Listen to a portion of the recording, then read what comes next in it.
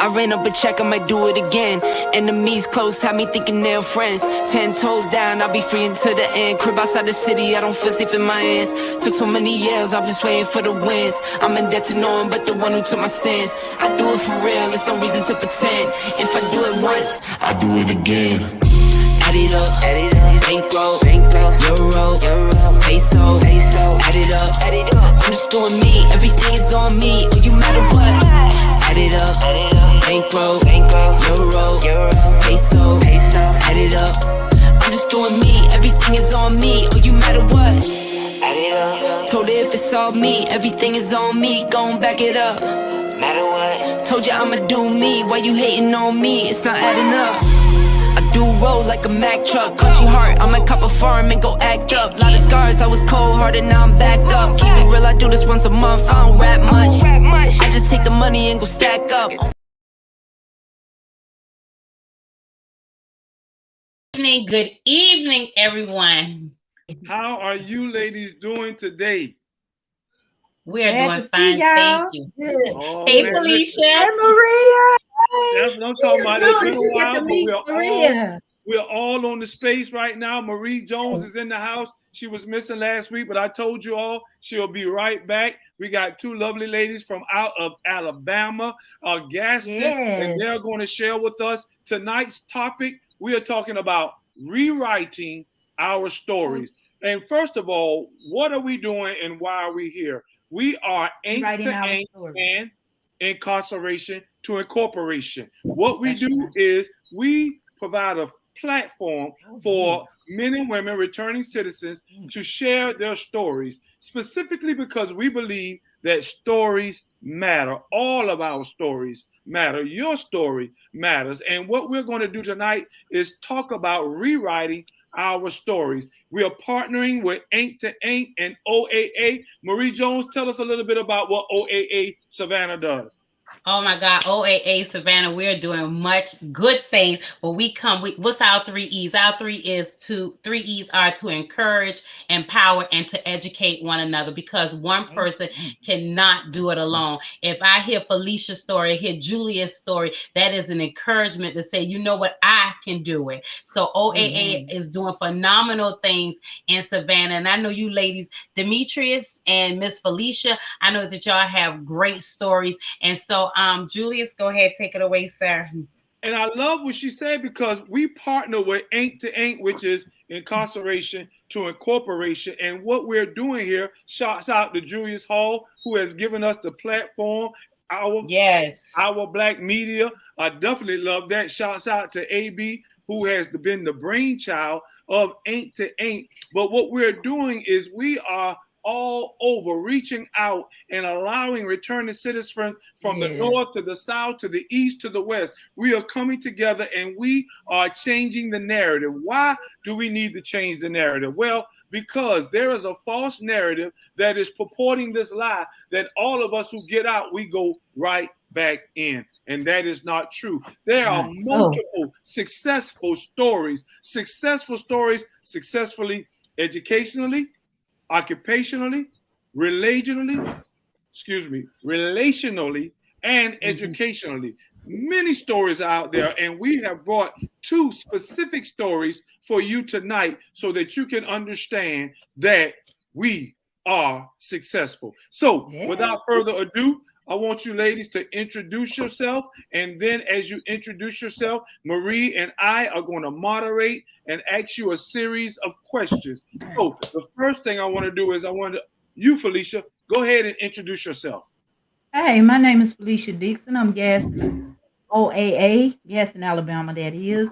Me and Demetrius, we partnered together to bring OAA from Birmingham up here in Gaston. We started a chapter last year, April the 5th, I'm thinking. So we've been strong a whole year now. We proud. We've been able to, we've been able to stand. I mean, you know, when you start something out, the first 1 or 2 years can be hard and difficult, but we've nevertheless stuck it out, and we're glad that y'all invited us to come on so that people would know that we over here in Alabama too. Shout out. Yay. And so, yes, I've been to prison. I went to prison numerous times, y'all, and I knew that I could do this. when I seen other people just like me, state impacted people had been, I thought it was over for me. I thought it was, y'all. But I'm 5 years drug free. Hallelujah. Thank the Lord. And Yes. thank you for having me. Thank y'all for having me. And Miss Demetrius, I want you to just tell us your name and what is your affiliation to Incarceration. Okay, my name is Demetrius English. I served 13 years and 9 months in the Alabama Department of Correction, and I am the one of the program facilitators for the Gaston OAA chapter. Very good, very good. Felicia, so tell us, what are y'all doing up in Gaston, Alabama, as far as OA returning citizens? What are y'all doing in the chapter of Gaston?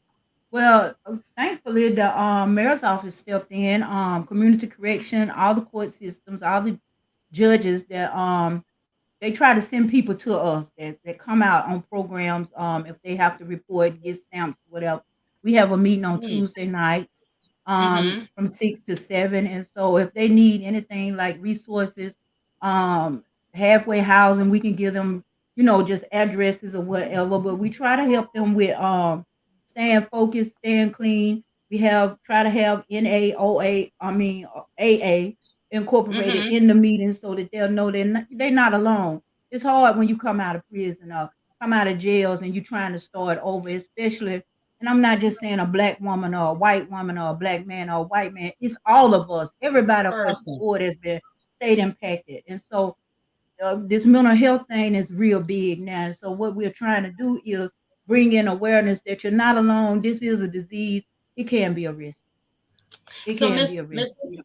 Miss Demetrius, so I heard Felicia say that y'all have meetings every Tuesday, so once a week? Yes, ma'am. We meet every Tuesday at Destiny Church. It's 201 Goldenrod in Gaston. And we just come together and share the challenges after incarceration and just be there for one another. No judgments, no pressure. Just come and share. I like that because me and Julius and I, when we first started, we do every other Wednesday. And then, we meet and people come and share their stories and things like that. And we have had people who are like logistics. We had the director, the president of the logistics company come out and offer men and women jobs. We go to different events to help returning citizens to get educated so that we can help them to get them employed and things like that. Because like you said, Felicia, it's not easy when you come home. So as Miko would say, Julius, for everybody else, as Julius would say, when he came home, it was not hard. But how was it when you came home, Felicia? Was it a struggle? Was it difficult for you? I can't hear her. Her mic must be went out. Yeah. Felicia, your mic may have went out. I don't know if you missing hit mute. But what we'll do is until you get your system set back up, we're going to ask that same question to Demetrius. Yeah, Demetrius, can you tell me, was it easy for you or was it difficult? It was it was kind of both. It wasn't as easy as I thought it would be. I didn't have the same that some would have because I did have a great support system while I was in. I did have a place to go to when I was released. I was able to come back to my home that I had left with my husband of 33 years. So for me, really good. Yeah, he waited and rode those 13 years and 9 months along with my mom and my children, sister, brother, just church family, just a great support system. What was hard, what was for me was when I got out, my kids were grown. When I went in, they was 9th grade, high schoolers. When I got out, they was grown with kids of their own. So that was a challenge. Reconnecting with my kids that were grown now. When I left, they was children. And then also reconnecting with my husband that I hadn't been around for 13 years. That was a challenge. Yes. That was a challenge. That was the biggest challenge. The biggest. So have y'all reconnected, rekindled the 13 years that you? I know you can't mix. You can't help the time that you miss, but have you rekindled now that you have been home? Has it rekindled? Yes, I've been home since October of 21, and it's coming together. It's coming together. Well, good, good. Well, I'm very happy about that. Yeah. Felicia trying to come back in. Miko, you see her? I still can't hear. We still can't hear you, Felicia. Julius, Miko. He looked like he's stuck also. So Demetrius, just go ahead and we're going to go ahead and keep going. So just go ahead and tell me the role that you play with OAA and Gaskin and the things that you all do. I know that Felicia was giving us a little bit. Just go ahead and you can just take it away and just tell me the roles that you play in Gaston in Alabama with OAA. Okay. Being a program facilitator and in the Gaston OOA, we meet regular, as we said, and just talk about different topics, different challenges. We talk about in time management to relationship, money management, just different things. And the CRO and court reporting, they refer people they have to get stamps. We also stamp the paper for court reporting. And if they need help with getting a license or a social security card, we will be able to help them do that. And just being a great support system.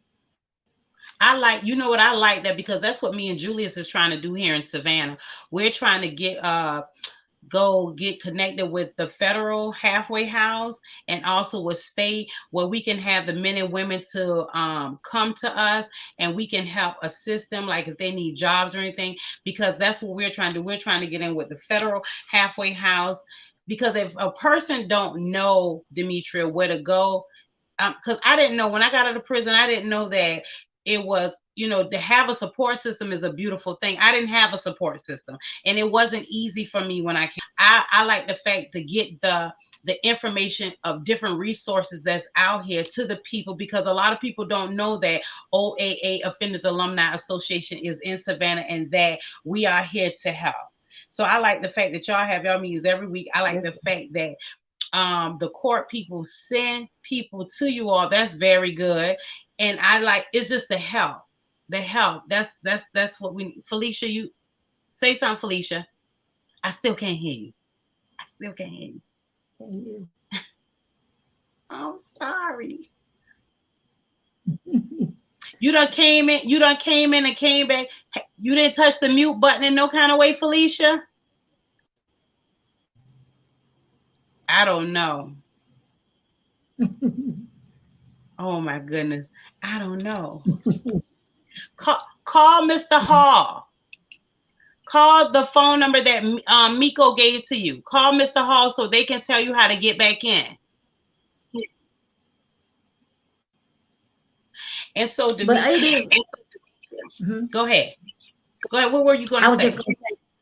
I was just going to say it is good to have a support system coming out, because I know a lot of the ladies that I was incarcerated with, they don't have that support system coming out, and being locked up any amount of time and then coming out to this wide world out here, it could be scary. It could be challenging. I spoke to a reporter today, Demetria. His name is Michael from the Atlantic Journal-Constitution, and he asked me a question. He said, "What is the significance of being in prison, and when you get home, what is the significance about employment?" He wanted to know, how is employment for a person that has been incarcerated? I told him that it was not easy, because you have already paid your debt to society, right? And then when you paid your debt to society, so you think, and then when you come home, the people tell you that, no, we can't hire you because you are a convicted felon. And so he said that, and I said, and that's why the law is that within 3 years, people are reoffend. The recidivism is so high because people reoffend, because you done paid your debt and you come home and you trying to do what's right, and then you have the door slammed in your face. So what do you do when you done paid your debt, and you come home and try to do what's right, and everybody's saying no. Tell me, what would you do? What can you do? That's why I think that's why we have a high recidivism rate, because a lot of people, they don't know what to do, so they go back to what they know to do. They go back to what was familiar to them before they left. So that's why it's very important to have a support system, or either someone to guide you and help you find housing, jobs. All that can be challenging and scary coming out. One thing I didn't have as I got ready to re-enter society was re-entry. By the time I got ready to leave, when I got to prison, they had a strong re-entry program. Everybody had to take re-entry 3 months before they left. But when I got ready to leave, it was just put you out the door. There was no re-entry. There was no, and I had did 13 years, and that's a long time. Just think somebody did 20 and 25 and 30. They don't know nothing that's going on out here. Not even swipe a card, the technology with the phone, keeping a bank account, budgeting, going in. I did have one real bad anxiety attack. I went into Walmart by myself, and that kind of freaked me out. I thought I was able to go in there and find what I want, but I got lost and I froze in Walmart. So I know me doing 13 years and thinking I could come back out and do that. Yep, we can hear you now, Felicia. Ooh, that was some work. But yeah, it can be real challenging coming out without no guidance. Let me ask you this, Felicia. Not Felicia, excuse me, Demetria, why did you freeze when you were in Walmart? Were you scared? Were you afraid? I thought I don't know. I just thought I was ready. Evidently I wasn't, because I got in there and I was looking, you know Walmart. You remember I go in Walmart. I remember where everything is in Walmart. Where I got in there and I'm looking for the bread aisle, and I'm panicking, I'm freezing up, I'm paranoid. Everybody like passing by me, looking at me. And I called my husband. I said, I can't find whatever I'm looking for. He said, well, come out. We'll go back to me. I said, no, I want to find. I ain't leaving here till I get what I want. I wanted to do it, but at the same time, I froze up, and I don't know why. But even now, I have anxiety driving. Yeah. And I don't know, but I think a lot of time being incarcerated, it is 90% of doing my time was mental. Let me tell you something. It is mental. Yeah. I had to take and find me. Let me tell you something. I know that's not a religion or whatever, but God is in everything, okay? And I had to have God while I was. It's not that I don't need him now, but I need him even the more when I was incarcerated. Yes. Because it helped my mind. Because I say prison. I was telling the reporter today. I say prison is a world inside of a world. A whole nother world. A whole nother world. Everything is, people like to say systematic. It's systematic. They have everything in timing. You do this, sit down, stand up, go count. They count you all day long. We just talked about that at our Tuesday meeting. We just talked about how we could use time management out here, just like we was on a time schedule in there. They told us when to go to bed. They told us when to take our clothes to laundry. They told us when to go to chow hall. And you did it in those time frames. Or you didn't. What is that? I hear that static. Hey, Julius, you back? You back? Miko. Is he being funny? Julius, you can hear us? No, he can't hear us. Well, anyway, so Demetri, I think that is so. They used to count us for. I say they count us the sheep for the slaughter. Ladies, count time. Oh, I hated to hear that. Ooh. Catch a rat. It's count time. Catch a rat. I'm telling you right now. So I told the reporter today, I said prison was an experience, and an experience that I never want to experience again. No, I don't want to ever experience that again. I'm not going to experience it again. Exactly. Now, I pray to God, never. That's just something that I just don't want to do anymore. Felicia, can you hear us? No, we can't hear you again, Felicia. For real? Wait a minute. Okay, yeah, we can hear you. Okay, all right. They had put me backstage for a minute. I'm so sorry, y'all, about the technical That's So okay. So now go ahead, Felicia. Take it away. Tell us your story, and we're here to listen. Oh, guess what, y'all? well, I am It's 20. Felicia. Yeah, I am Felicia Dixon, y'all. I was state impacted numerous times. I'll just go ahead and say 5 times. I was on drugs. I didn't know that I was dealing with a mental health issue. I thought that I was just lost, y'all. I thought that it was no hope for me. Is my microphone static? No. Okay. No, you So sound good. yeah, You sound I good. just hear it in my ear. But y'all, this last time I was incarcerated, I realized my parents was getting older, and my nieces and my nephews was getting older. But I didn't pay attention that I was getting older too. You see what I'm saying? Exactly. Yes, I was getting older too. So I began to go to the different anything that they had to offer. I had already did drug treatment several times. I had did classes. I what is it um different classes that they had inside. But I knew that I had an issue with money, and I took a class, and it was Dave Ramsey's financial peace. And when I took financial peace, I think it was an 8-month course. And as I learned the importance of money, it gave me a different outlook on all this money I done thrown away. You know what I'm saying? Then it coincided with the drug treatment. Then I began to listen to people when they said we needed to talk to mental health. They had put a new facility inside the prison mental health building. And I found one lady that I could talk to. And I started going to her and listening to her. And she said, baby, you don't have to be crazy to reach out for mental health. Mental health, we listen to you and we try to guide you. And so if you need medication to help you, take your medication. If you need to do journaling, journal. So Misa just said a few minutes ago, she had said when we come back home. I couldn't come out of prison and back home. I had did that 5 times. So Right. the lady that used to bring AIM, which is Aid to Inmate Mothers, it's a program by Carol Protop and Larnetta. Larnetta. But anyway, I talked to her and I asked her, I said, I'm getting ready to get out and I'm scared to death.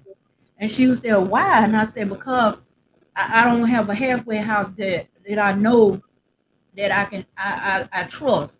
But you, Carol, AIM had been coming back and forth to prison the whole time that I had been in prison. I had gained a relationship with them. So I needed somebody that understood. I didn't want to go back to the love lady. I had did the love lady and it wasn't structured. So I went to AIM House, and believe it or not, y'all, I stayed at AIM House almost 2 years. That's where my time management came in. They taught me, well, Dave Ramsey had taught me financial peace. Then I learned how to budget. Then got my bank account started. Went and got my driver's license, something I had never had. But I went and got my driver's license. I'm legal now. And so um, I had to start going inside of myself and doing things that I knew how to come out of prison and get on dope. I knew how to get back with my old boyfriend. I knew how to get back on the streets and get it started and crunk and pumped up again. But I did not know how to live without all that in my life. I did not know how to live. So when I got to the AIM house and I didn't even know how to hold conversations, y'all. And I'm not very sociable now, unless it's about the rooms of recovery. If it's about the rooms of recovery, it's about housing, it's about re-entry. I can go in and just be comfortable. But anything else, I really didn't have a tolerance level because I did not know how to communicate with people that wasn't doing what I was doing. So when I got out, y'all, I didn't have no money. I didn't have anything. Well, going through the AIM house, I ended up working for Equal Justice Initiative. Brian Stevenson in Montgomery, Alabama gave me a job. And when I tell y'all, they told me about them $15. Now you can't hire me for $7.50. I ain't bashing nobody, don't get me wrong, But I came into my words. I began to realize what I had to offer. And when I learned about OAA, it was after I had talked with Carla Bulls. Carla Bulls, shout out to you. Sister gave me a platform. She had told me she stuck with me before I got out of prison. She introduced Ross. She introduced peer support specialists to me. And she said, I need you to get in touch with Pam Butler and I need you to put in this application. So I shout out to them. You know what I'm saying? Because I think that when we go back in or when we reach inside and let them know that it is a platform out here, that it is a set of people that we did get out and we came out here and we doing something with it, and that we waiting on you. We waiting on you, y'all. Without a halfway house, without Carla Buzz and Pam Butler and Dina Dickerson and Deborah Daniels, I don't know what I would have done. And then when Misa, can I say this, Misa? We went to prison together. We went to prison together. And for us to come back, and for us to run back into each other 1 year apart, I got out 1 year in October 2020. And Misa get out the next year at the same, you see what I'm saying? It was meant for this. So I'm happy. I'm happy. Well, I'm right where I'm supposed to be. You know what? You know what? I'm happy that you're happy, Felicia, and I'm really happy I met you in person. You are a real bubbly, lively person. Thank you really so much. You are a lively person, and I like what you said that you wasn't very sociable, but to meet you, you would never think that you were was that way to not be sociable. I can trust you, Maria. I can trust you. I trust you. Oh. I trust you. You my people. You see what I'm saying? You see what I'm Julius. When I first met Julius, he was like, and I've been with Dina everywhere, but in me coming from my point, me coming from the side I came from, straight street, gutter, down with it, you know what I'm saying? I just could not talk to men. Julius made it so easy to be a brother that to talk to me and let me know, you know, sister, we're going to do this. We're going to work together. Let's stay in touch. This thing is real memory. You know what I'm saying? So, you know, and Felicia, that's what I told the reporter today about Miko. I told him, I say, you know what? I say, you want to meet an intelligent brother. I say, Julius is very intelligent. I say, he did a TED talk. I was telling his story before he even talked to Miko. I say he did 26 years. I said, but if you was to meet Julius in person, you would never thought that he did a day in prison. Because the scum, you know how to say the scum that you see, the dirt or the filth that's in the tub after you get out, and you know once it's washed, you can't tell that the dirt been in the tub. That's Miko.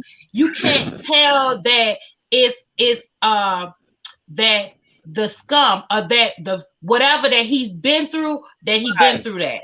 But that's just a part of the testimony that God has given him to direct him to be the man that he is. Amen. You understand? And so I was talking to the reporter today. I told him my story, but I was also asking, now when you talk to the director of OAA, in Savannah, I was telling him about, he was like, wow, you know, because when you are a person who have never been systemically impacted, right? You can only judge you. They see us as a number, but behind that number are people. Right. Behind that number is a person. And not just 1206308. I'm not just that. I am somebody. That's good. That's good. Yes, ma'am. Yes, ma'am.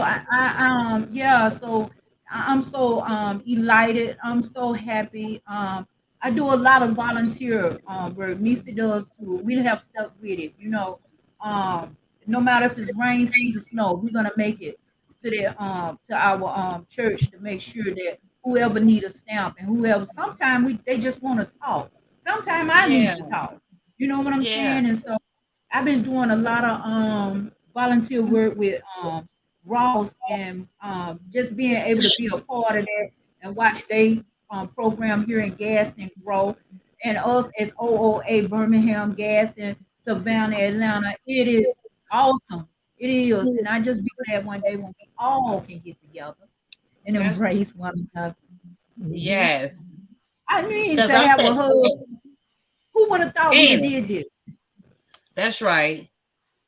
You know what the warden said to me. I'm gonna let you talk in just a second, Julius. You know what the warden said to me? He said, "Women, I don't need you in my prison to he said to be in prison to have a job. He said, you are mothers, you are aunties, you are cousins, grandmothers. He said recidivism, not recidivism. He said, what's that word? Rehabilitation. He said it starts with you.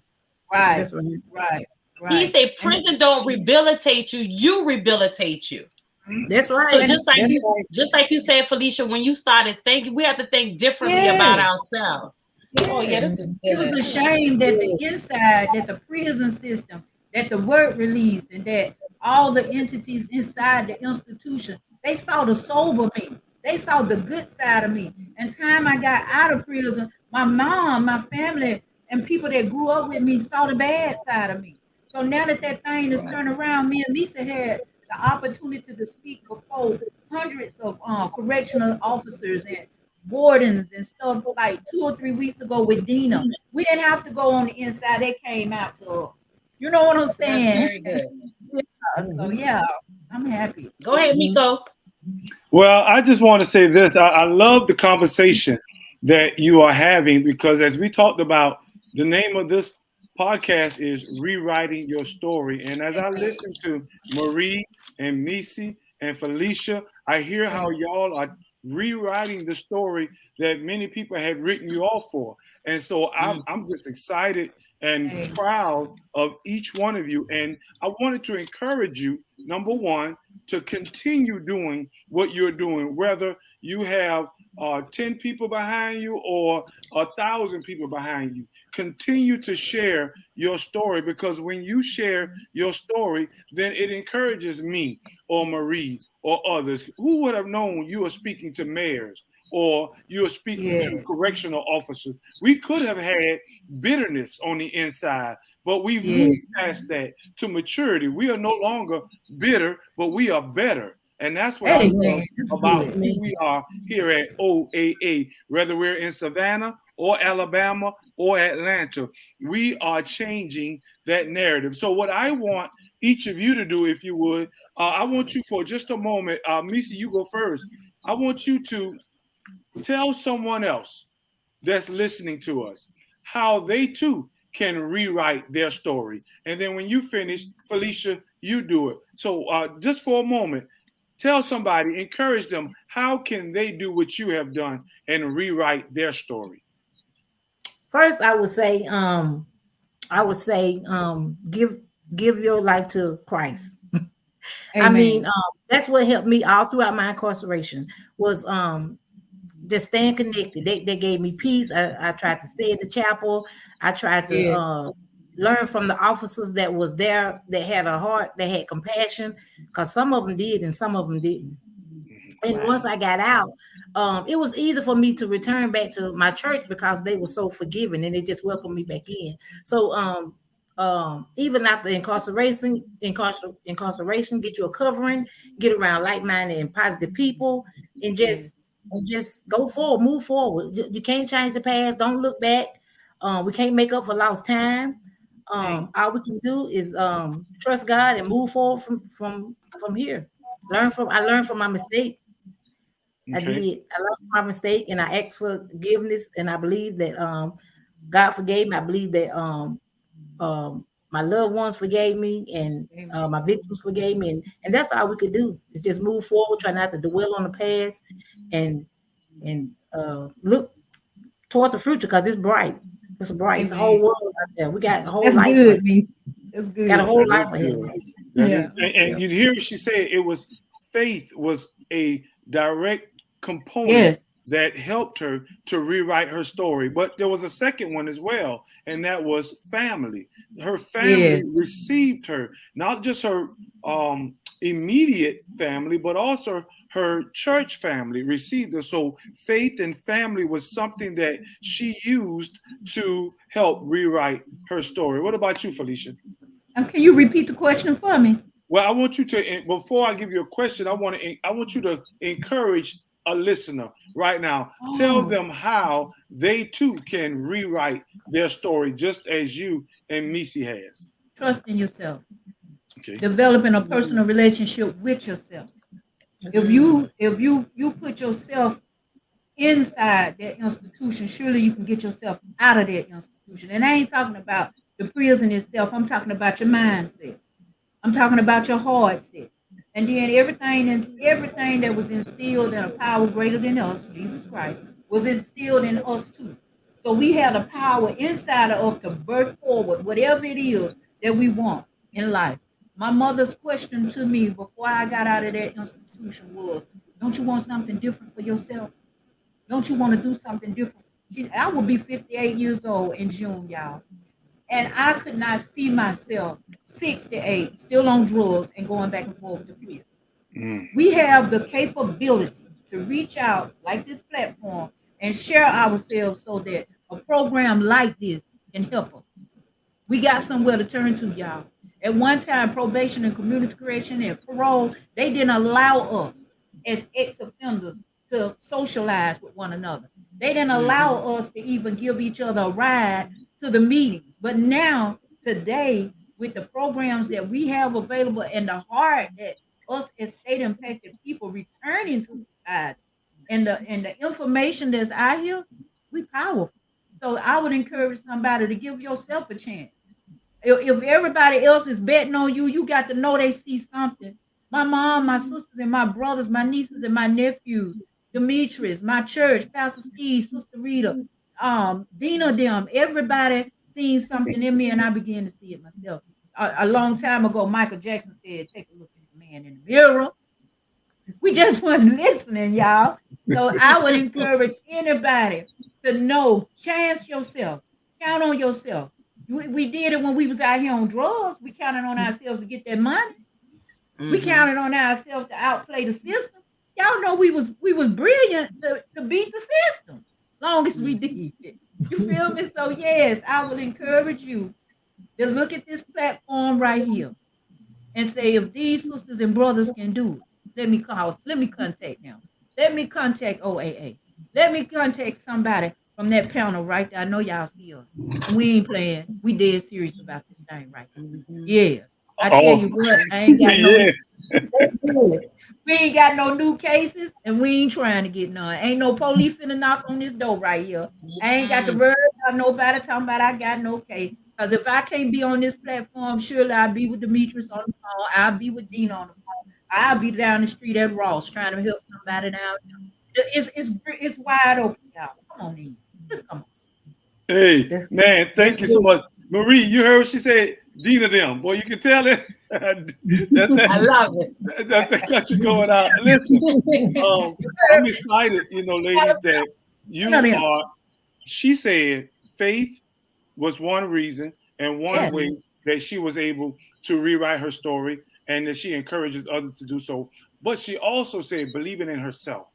That is an awesome thing because a lot of people don't believe in themselves. We're not talking about being conceited, but we're talking about understanding who you are and whose you are. That gives you confidence to do what you've been called to do. So, ladies, I'm definitely proud that you're able to say that. So I want to ask you another question before we get ready to turn this thing over and get ready to close out. What are you looking to do in the future? What are some of the things that both of you are trying to accomplish in Gaston? I'll go first again. We want to really, really, really drive OAA to where it will make a difference, where the recidivism in the city of Gaston will be almost none.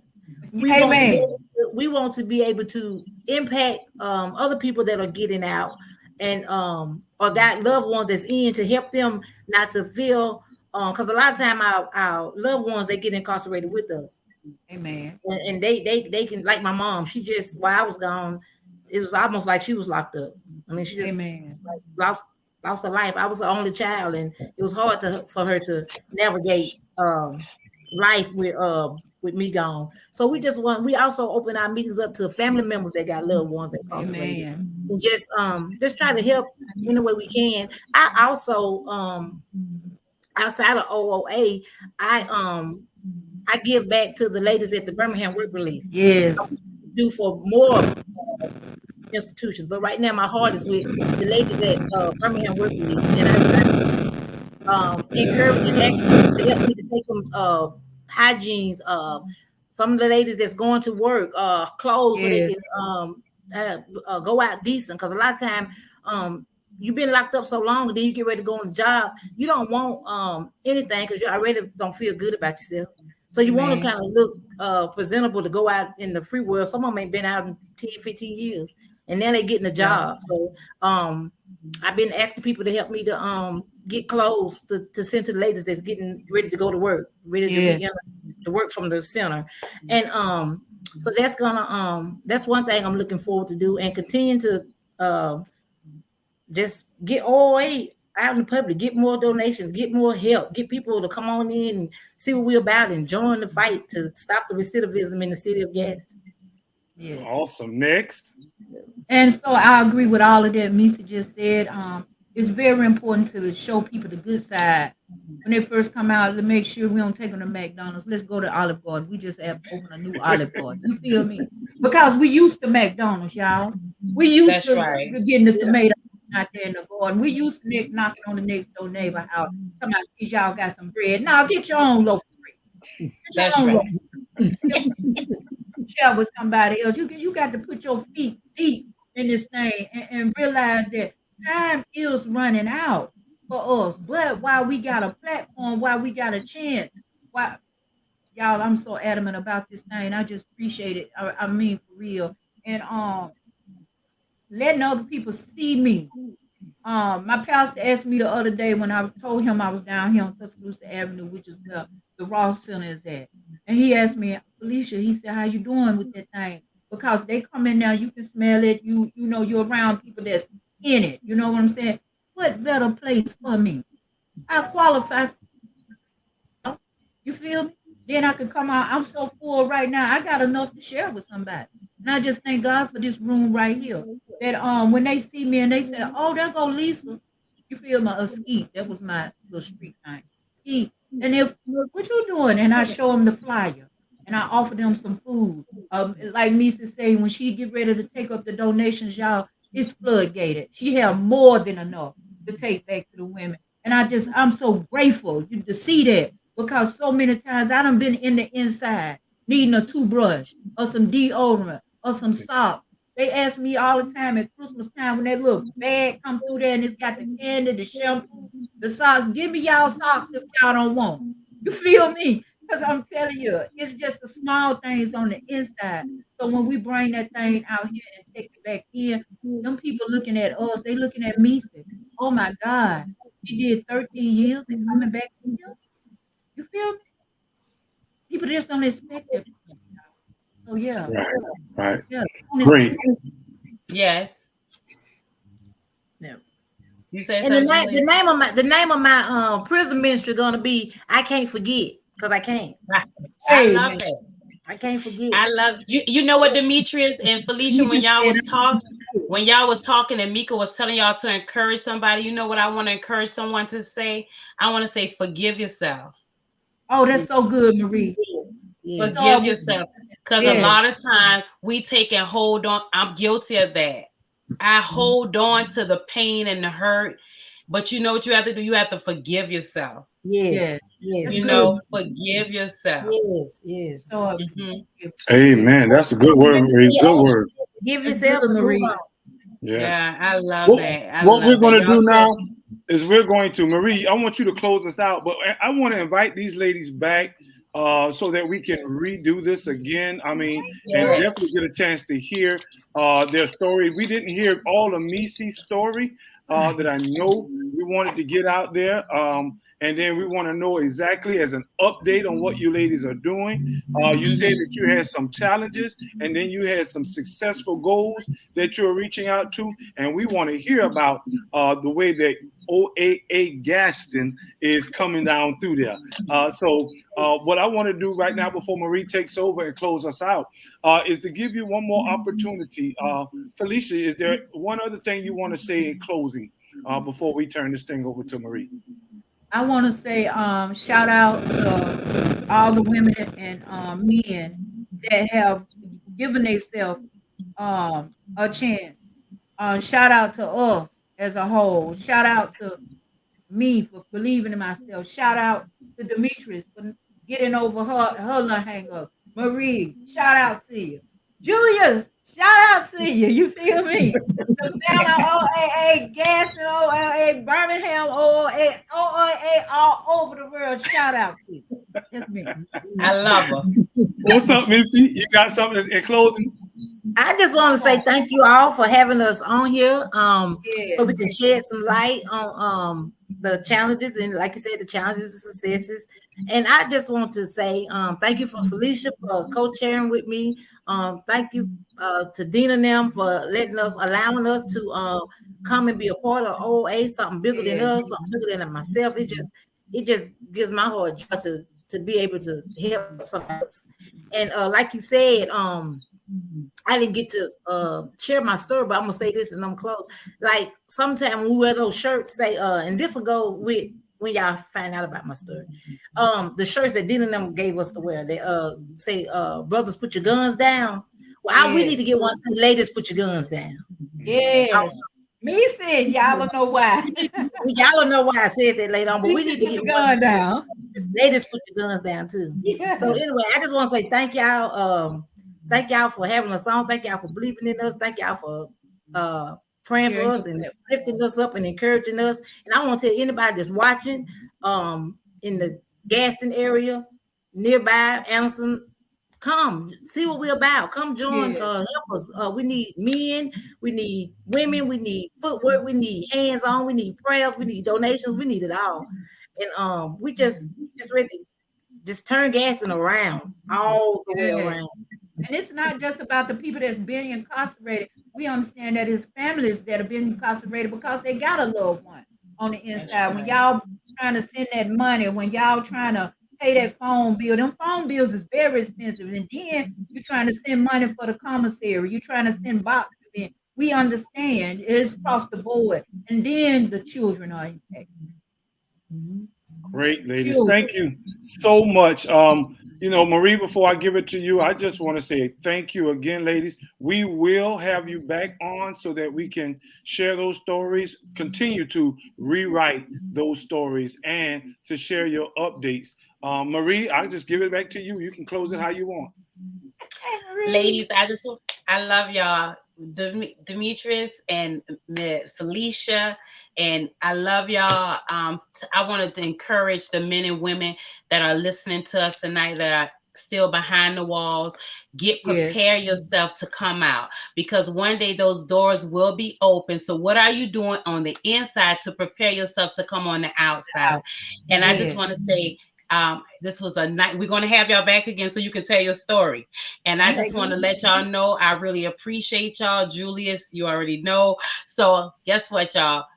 This is Marie coming to your hearing with Ain't to Ain't. I want y'all to have a fabulous night. Talk to you later. Bye.